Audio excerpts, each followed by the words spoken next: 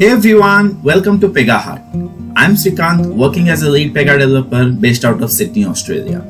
And you are in the right place if you want to learn PEGA concepts. Hit the subscribe button and the bell icon so you are the first to know if I upload anything new. And if you like the video, hit the like button and share it with your friends. Alright, finally the wait is over for you guys. I know many of you guys have requested to explain about the skin rule. And I was just waiting for that right moment where I can explain you so that you can understand. So I'll show you today on how to use the skin rule, and after that I'm going to explain you about what are the different OOTV component style that comes in the skin rule, and how can you save as a new skin rule and create your own. And once I talk about that, then I'm gonna talk about the Mixin, wherein you can create a different font, different sizes, and I'm gonna also show you how you can go and use that in the component style so that you can create your own base control and look and feel.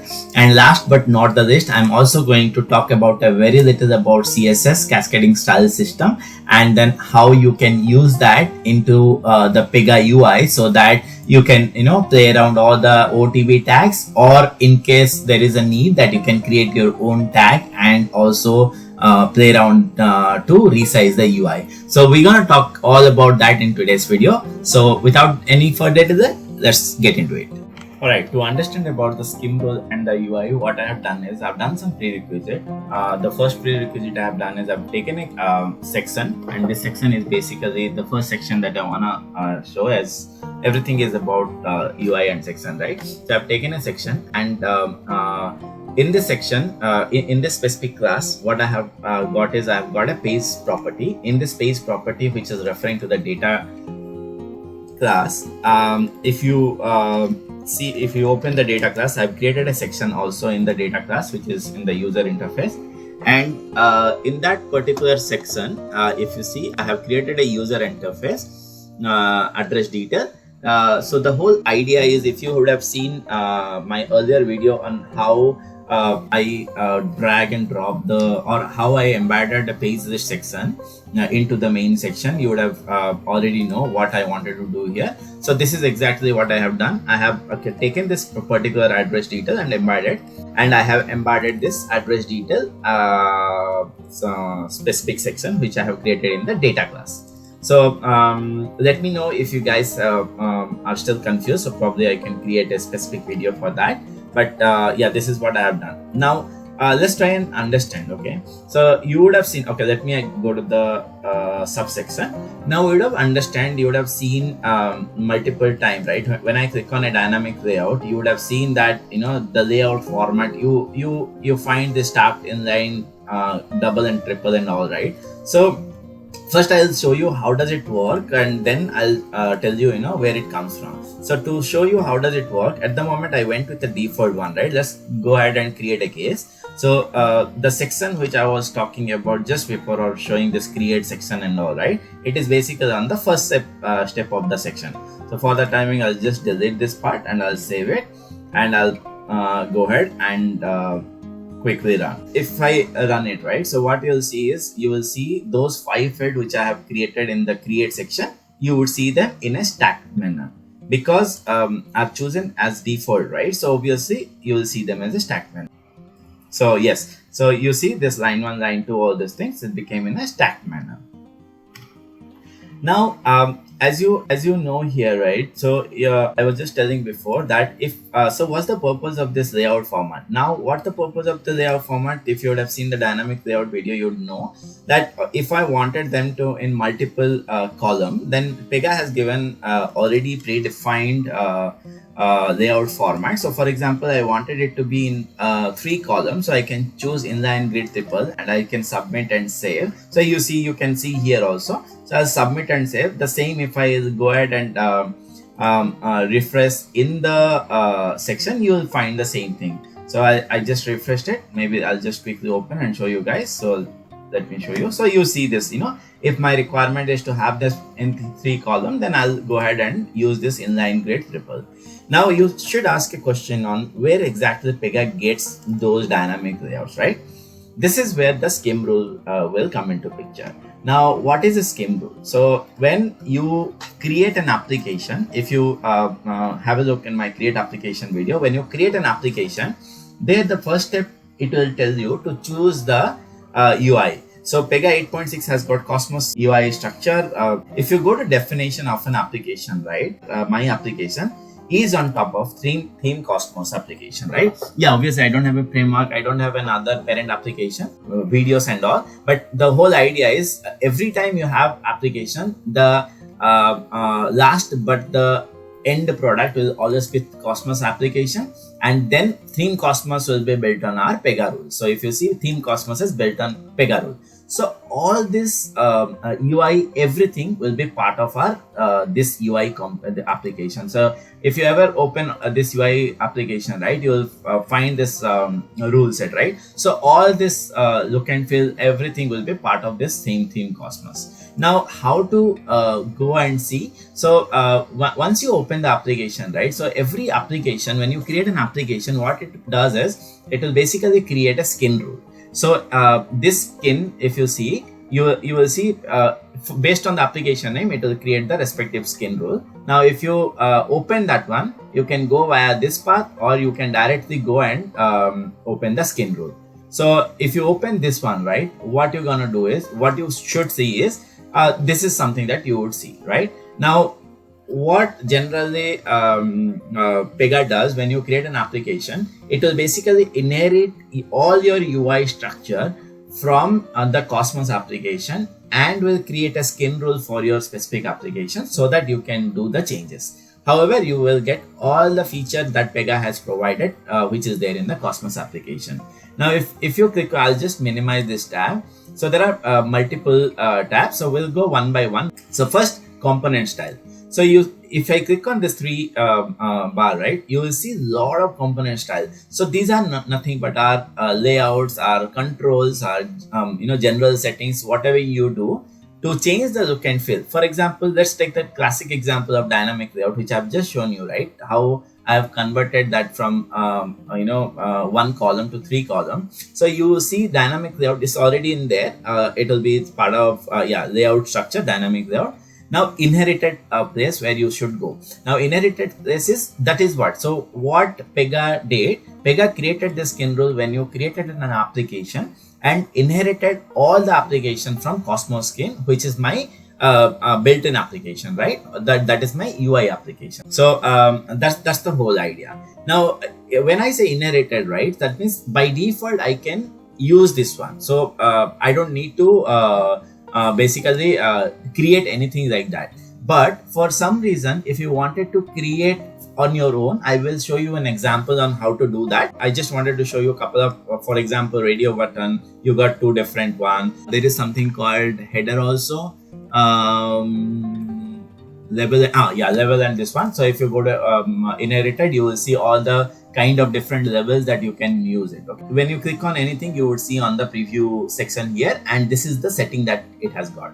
So if I choose header, so what happened is you see the change of the text, and also this is what you will get header input. Now, if you go to standard, you will see this is how you're going to see text input, and you see this standard level. This is how you're going to see. So how it changes, this font and everything changes. So whenever there is a change in the font, that means it should use based on the Mixin. So Mixin is responsible for you to change the font. For example, if you got a level, so here you got a Mixin, right? Use Mixin. So that's why you see, because we have gone for the standard one, you see level 1. Now if I change this base, beds bad, then what will happen? The Mixin changes, right? Now level will change like this. So basically what I was trying to say, for all your layout format and all this thing, the main format is sitting over here. This format in turn use the Mixin. I'm going to show you by doing a practical, don't worry about it. I'm just telling you theoretical, how does it work. And to change Mixin or add Mixin, that's where you need the Mixin tab to be there. Now if you see, this is my Mixin, obviously I haven't created any Mixin, that's why it's not there. And this is inherited Mixin. So PEGA has already created everything and then Pega has given you all to use it. Always, like, a project will have a different thought process and all these things, and sometimes Pega can't provide each and everything. That's the reason why Pega has given a facility to enhance that as in depending on your project need. So one of the classic examples that I would like to show you is changing this layout. For example, now let's say 1 2 3 4 5 6. So I've got 6 field and I've got 3 column. Now if I go to here, you would see the max I have got is triple, right? And if I go other, I think I can have a quadruple, so which is 4.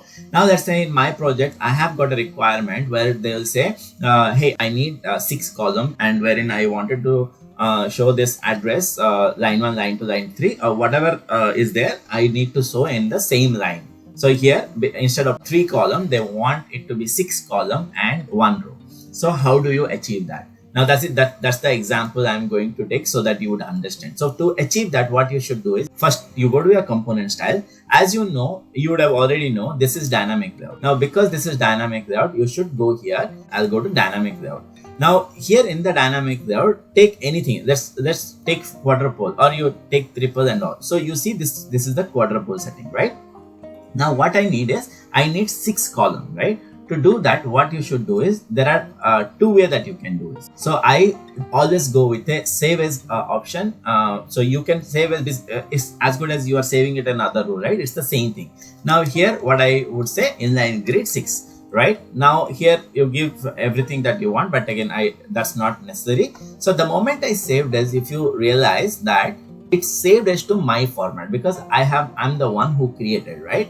Now here what I need to do is, so you see the moment it's so here the column for here you got all the settings, right? Now main thing that we need to focus is, our requirement is to make 6 column. So because it's that, so what I need to do is, I need to change it to the 6 column. Now the moment I change it, on the right hand side, if you could see, automatically it has converted into 6 column, right? So this is what you can do. Now what I'll do is, I'll save and exit. Okay. Now that you have done that, this one, that means you have created an inline grid. So you need to refer to your section. So you go back to your section wherever you have used this dynamic layout. Now you will go and you will see other. Obviously, because you can't find this in the layer, you go other, and then you just click on the drop down arrow. It will come, the one which you have created will come on the top, and then whatever Pega has created. Now you choose inline grid 6, okay, and then submit. So what happened is, if you see, this has actually changed, but it didn't change the way we wanted. So if you see, it became again as good as stacked one. There is a reason behind it. Even though if I go and try to refresh, if you see refresh, you won't find those 6 columns here, although you have implemented that. So the reason behind is, Pega couldn't take that changes. Okay. So when you create this layout or any skin rule, right, what you need to do is, you need to always, you need to always log off and log in back again. So when you log off and log in, Pega will reflect those changes. And now if I go to the address detail section, you would see the changes, see the magic that it's already been done. Now, can you see that? Because I logged off and logged in. So that's why you could be able to see all 6 rows. Now the same thing, if I go and open the case and do a quick refresh, you would find them too. So if you could see, now this is another one. And okay, I think I'm supposed to go this one. So if you could see, if I click on go, and see, it has got changed, right? Now see, this is how you can actually define your specific layout and other details. Now if I just go ahead and play around that thing, so that you will see how it changes. For example, see here, what do we say? Level setting is at the top, right? If, for example, your requirement is you don't want a label, or you wanted to keep at the left side, right? Then you can change it left side. So what will happen? Automatically all the label position will go to the left side. Similarly, you got item spacing, you got all the options that you can potentially use it. Now if I use that level position as left side, let's see if I go ahead and try and see if it works. If not, then obviously we need to log off and log in and make sure it is getting reflected. So here it didn't, right? It's still in the top. So what I'll do is, I'll quickly go log off and log in, and then it should work for me. So if I open the case now, Okay, if I open the case now, see how your level became to the left side. So here in the section, similarly dynamic layout, right? If you would have noticed over here in the skin rule, similarly like dynamic layout, we also have other areas, right? For example, text input and formatted text. So now text inputted and formatted text is nothing but the one which we use this one, right? This is the text input, isn't it? Now, if you see in the text input inherited section, you will see standard and wedge text and then case description and all those things. Now, where we should be referring this? So you should be referring this over here in the presentation tab. So if you go to the presentation tab, you will find two things. One is your control format, one is your level format. Now, when you say control format, what does it mean? Control format means how does your control gonna look like? So if you see control means what? This is right, this is. And level means this one, right? Line 1 is the level, and the empty spaces where you're going to fill the detail is going to be your control. Now here, if I go, let's try and change. So this is the currently standard one for the this one, right? Now what? So if you click on the standard one, this is how it's going to look like. Now what if I go to the heading one? So it will look like this one. So now if you change, say similarly here in control format, right? If you change to heading 2, let's say. And in the level format, you can actually go to heading 2 or heading 1, whatever. So depending on what you have chosen, you will find, see, because in the level format I did heading 2, see, you can find a little curve over here. But other one are not curved, right? If you wanted to see whether it's got reflected or not, you can obviously come here and try to see here. So if you see, you'll clearly differentiate between this and this one, right? So this is what Pega has given. Now for so if you see, if I have got the heading 1, it has actually told me that this is how the text going to be, and this is how the border going to be, and the background going to be. So all this is basically internally what it does is basically play around with CSS. CSS is cascading style system. So yeah, not many of us are pro in those areas. Even I wouldn't consider myself a pro. I just know how much I needed to be done. Obviously, there are a lot you can do, and I learned on the job. You know what Pega did? Pega basically gave you a flexibility in this format, so you can choose whatever you want, and then internally it will implement the same thing. Now let me talk about Mixin, and I want to show how you can change. So Mixin is all about the font. So now let me create our own Mixin. Okay, anything so that you would understand. So there are two ways you can do is you can either inherit or you can just create it from create new Mixin. So when you create a new Mixin, you can just say my Mixin. Okay, my Mixin. And then when you submit, right, so you will get all this option. Now obviously this font size is, let's say if I just wanted to make it little odd so that you can see, and then color I can change it to blue. So everything I put, it will automatically come here. Then maybe bold, and then text decoration I'll make it under, the intro obviously it doesn't look good, but yeah, I'll leave that one. And you can make it capitalized or you can just leave it as is. Let's go with this one. And you can also change the font. So for example, Arial Black, or you can go to this style. So let me go with this style, okay, just so that you know you will find the difference and understand. Now I have created this Mixin first. So first thing is you need to create a Mixin, and then you need to save it first. Okay, now that we understood how to create the Mixin, right? What now we are going to do is we'll go ahead and implement that Mixin in our component style. So to do that, what we should do is, okay, so you can, as Mixin is all about this text, right? So you can do that in text input, you can do it level, whatever you want. So let's go ahead with the text input. So text input, you see, you know how I have got this inherited one, right? So standard. Let me now show you how override works. So what I'll do is I'll take the standard and I'll go in action. I have shown you how to do save as. Now I'm going to override. So the moment is you do override is as good as you creating that rule in your rule set, in your basically skin. Now here, this will be always take the priority. The moment I say revert to inherited, means what it will do is it will take it out from your skin and it will pick the parent version. So this is what it's just like overriding a Pega rule. It's the same thing. So now let me override it, and what I'll do is I have multiple options that I can do is I'll just show you the filled text, right? So filled text, if you click on this drop down, so you use Mixin, right? If you click on this drop down, what you will find you will find here my Mixin, whatever I have created, right? See my Mixin, right? You will find this one. So the moment you see my Mixin, you will see this is the placeholder text. So you see this text changes, right? It's the text input, right? So that's why inside the text it should change. Now if I save it, and then what I'll do is obviously you need to log off and log in for the changes to populate. So I'll log off and log in. What will happen is if I open the case and I will go. So what I'll do, so for example, if I type anything, so it will basically change the color. So whatever the color, this is hover color, and the moment I'll take it out, this is what we have just done the changes. Now, if you want to change this one, then what you should do is you go to the definition. Sorry, you go to the skin, and then that is nothing but label, right? So you go to the label. So for example, labels and required fields. Here also, let's say if I'm just going to take the standard one and override, and here in the label, what I'm going to do is I'm going to choose my Mixin, right?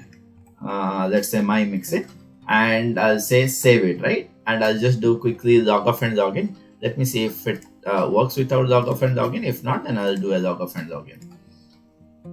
So if I go, okay, it didn't work. So I'll do log off and log in, and it should work.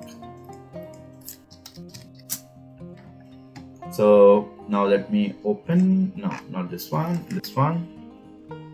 And I'll say go, right?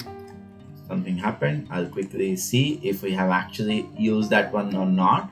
So to do that, I'll open the section. Section is address detail. In the section, if I go here, presentation, I went with the standard one. Yeah, it looks good. Now if I go to the skin rule, did I go with standard or I went with the other one? I just need to set level and require. Oh, okay, standard level. And okay, standard level for field. This is where I should be doing it. Sorry. So now what I'll do is I'll override this also, and I'll use my Mixin. I should have actually checked this one, which I didn't realize. So if you see here, now this has changed. Now this one actually, this the text input right here, if you see, automatically this has got overridden, right? Now what I'll do is I'll go save, log off, log in, and see if now it's at least got reflected or not. Now if I open, see, can you see now my Mixin got reflected? So the way I wanted, it got reflected. So in any time, if your requirement will be coming with a blue color or different format and the UI screen, then you need to create your own Mixin and use them everywhere that you are using it. So these are the difference between Mixin and the other component style. Now the third thing which you need to understand is how to add the CSS. For example, the CSS you can use, I'll show you one example. So if you see here, this is the dynamic layout which we have got, right? In the dynamic layout, if you go to presentation layer, right? So you can see this container and then content CSS class, right? You got some default one which we have. So basically container means this is the container, and content means inside that content of dynamic layout. So container means the overall dynamic layout, content means inside it. Now for example, in the container CSS class, if you click on here in this gear icon, you will find all the CSS that Pega is giving you out of the box. Where just one example that I would show you, border. So when it say B, right, it's bottom. Okay, when you see T is top. Similarly, if you see L means it's left, and R means it's right. Okay, LR means both left and right. So for example, if I say I wanted to make the bottom border little bold, you can choose this one. Okay, sorry, my bad. I think I didn't do bottom. I have chosen as L. So what I'm going to do is now, let's say I'm going to go with the bottom border also, just to make sure that I'll show you. Now the bottom border will be having this kind of thick line. So if I do a refresh and I'll do this one, now you see bottom border also became a thick, right? So similarly, you can make use of all the OOTB CSS that Pega provides, which you can do. But there are sometimes you need to also do some manual override, right? So to do manual override, you can always go to this go to this skin, and in the included style, Pega gives you a flexibility to add a CSS. So for example, if I create a test CSS and I just go ahead and create them. So if you see test in the same directory, keep everything as default in your own rule set version, and then if you go ahead and use it, this is the CSS file which we have created now.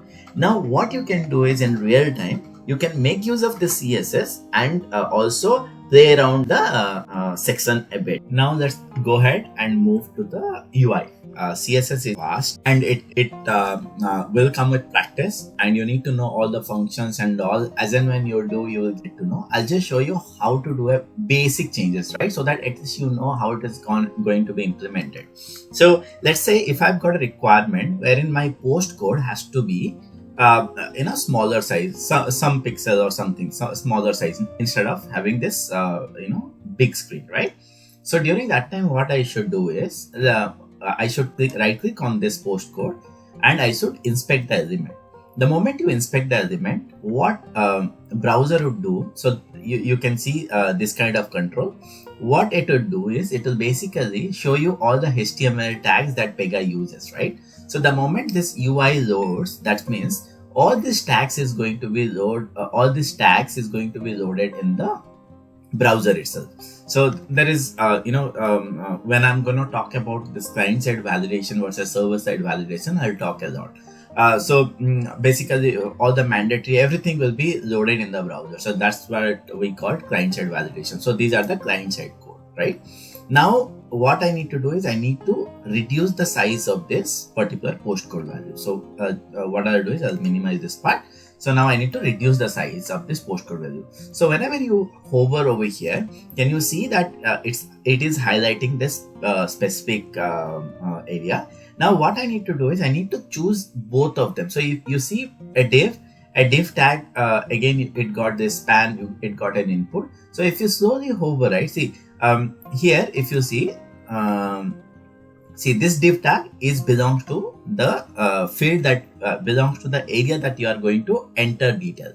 This div tag belongs to the level. You see level data test ID, right? And here you see div class field item. So basically combining these two is going to be my post code. So if you choose the parent level div class, you will see parent level div class. If you see here, if I minimize this, so if I expand now, this parent level div class will have two div, one level, another one is the place where you enter. Now when you reduce the size, means you need to implement your CSS on the parent level. Now when I click on this parent level, right, if you see this right side, all this has been these are the specific CSS syntax or CSS tags which has been implemented in that particular post code one. Now if I scroll all the way down, you will see if I highlight right here, you will see always this is where the entire post code section has been placed, and every section will have some padding, some border, some margin. So you see how you can see this margin hyphen, and then bottom margin is 8. Technically you can calculate this entire space belongs to post code, wherein this container has got a margin at the bottom, and there is no padding, no border, nothing. Now for example, I'll just show you one thing. Now for example, if I wanted to put a space between country and post code, right, what I should do, I would use margin over here. So if I do margin on the end, I should be using the top margin, right, because country is sitting on the top. If I put a margin top, and then I said let's say 25, not here, margin top, and I'll say let's say 25 pixel. Then just notice this left hand side, how you got a gap between country and post code. Now if I just increase the more the space I want, the more I need to increase. So this is what margin does, right? So now if I just scroll down the bottom, can you see whatever margin we have implemented? Earlier the bottom top margin was hyphen because there was no margin. Now because we have implemented 83 pixels, now it's showing in the top margin. So this is what you need to, so every time you need to click on a parent space, so you can see, what kind of margin and padding that it has got, and based on that you can adjust that. Now this is just an example. Obviously now I'll delete this part, and now our requirement is to reduce the size, right? Now to reduce the size, it is width. Okay, so here what we need to do is max width, because there are mean width, and there is max width, right? There are two content, mean width and max width. Minimum width is minimum width. Here I need the max width. So you see, the moment you type something over here in the browser, automatically you'll have all the CSS tags. So max width, let's say if I'm going to put like 25 pixels, okay, or maybe it's very small. Maybe I'll just go to 100 pixels. Let's say. Sometimes you don't get exactly pixels, so you basically will be given a UI screen and you will try to replicate that. Now let's say if I saw the UI screen and this is what I'm going to put. Now this is working, right? But you are only doing it in a browser. You haven't actually implemented this postcode, right? Because the moment so let me copy this before it goes away. So the moment I refresh it, means what will happen? Again, it will go and reload the fresh thing from the browser. Can you see now this postcode is already gone? And then if I had to, so this is whatever I have just done is, it is a temporary one to see whether it's working or not. If it is working, the same tag we can take and put it in the CSS. Now let's see how to put that. Now I got the max that tag, right? So what you need to do is you need to implement in that particular level, right? Take the live UI, go to that particular section first. Now this is where my section is, right? Now I need to implement only in the postcode, right? In the postcode, this is a text input. So go to the presentation tab, and in the advanced presentation option, maybe just put here there are two columns, right? Two rows. One is cell read write classes and cell read only classes. So what I'm going to do is I'll just put test-test1 here. This name is kind of an identifier name. You can put any name that you want. So you can, let's say probably I'll say reduce border. Okay. Now let's take this information. Now I have implemented this tag here, right? I need to apply this same tag in the CSS that we have created. Now if I go back to the CSS, to implement any tag, I need to start with dot, and then I need to start and end the curly braces, right? So you started with this one. I'll say max width, colon, exactly the way you put 100 pixels, and then you need to end with a semicolon, okay? And you do save, okay? Now we have done that. I put the max width and everything is done. Now what happened? How does it work? So in the section, I have used a identifier, and that identifier, the moment I will refresh the section, now this identifier will be attached to this postcode section. And what Pega will do, or the browser will do, browser will try to find if there are any CSS syntax for this identifier and implement that same syntax to that particular field. But because we are doing it for the first time, right? This CSS we have added for the first time, you need to log off and log in. After that, you don't need to log off and log in. So I'll just go quickly log off, and I'll log in back again. And the moment I log in back, and I'll go to this text 109. Obviously, I don't need to refresh. I'll just open that, and you will see the magic. The border size would have been reduced. Can you see the border size has been reduced? Now, if you wanted to see, if I inspect quickly, just to show now whether browser, obviously you can see browser has taken, but I'll show you here also how browser has now taken the latest code. So if you see here, you would definitely find the, can you see here, reduce hyphen border. Can you see this reduce hyphen, this very specific reduce hyphen border, right? Now this is where, because we have put that CSS syntax, it has already taken the reduce hyphen border, and it has implemented whatever we have implemented. So this is how you are going to implement your CSS. Now obviously you need to understand a lot of things. First thing is the tag. Sometime what happened is sometimes the parent will override the child. So when the parent will override the child, so what we need to do is we need to put an important tag to kind of take the priority. Okay, so these kind of things, right, you will learn over the period of time when you start working this slowly.